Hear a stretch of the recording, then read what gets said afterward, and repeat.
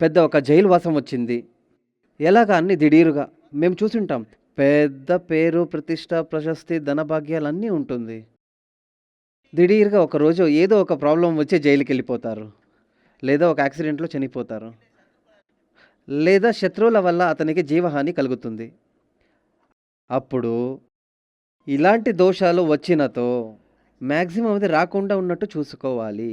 అది రాకుండా ఉండాలంటే మీరు మంచిగా జీవించాలి. దానికొక ఉపాయం నేను చెప్తాను. మీరు ఒక జాతకాన్ని తీసుకొని ఒకరితో మాత్రం వెళ్ళకండి. బాగా క్వాలిటీగా ఉన్న ఒక ఇద్దరు, ముగ్గురితో చూపించండి. ఒకరినే మూర్ఖంగా నమ్మకండి. ఈ ముగ్గురు ఒకే విషయాన్ని చెప్తున్నారంటే అది 100% నిజమని అర్థం. 4 + 3 ఏడేగా. ఎవరు కలిపిన ఏడేగా. వేరే రాదు కదా!